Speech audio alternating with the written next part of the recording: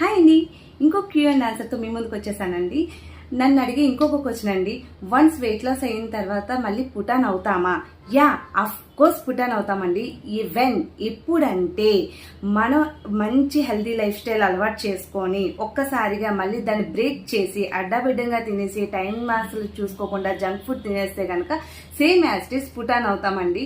కానీ shape less అసలు ఏమేనంటే before ఒక డ్రమ్లా తయారయ్యేది కాస్త ఇప్పుడు ఎలా అంటే ఓన్లీ స్టమక్ వచ్చేయడం కానీ అలా మాత్రమే అవుతుందండి. ఎక్కువ పుటాన్ అయితే అయిపోము, వెయిట్లో చూపిస్తుందండి అది. సో దీని అంతటికీ మనం ఫుల్ స్టాప్ పెట్టాలి అంటే మనం మెయింటెనెన్స్ డైట్ తెలుసుకోవాలండి.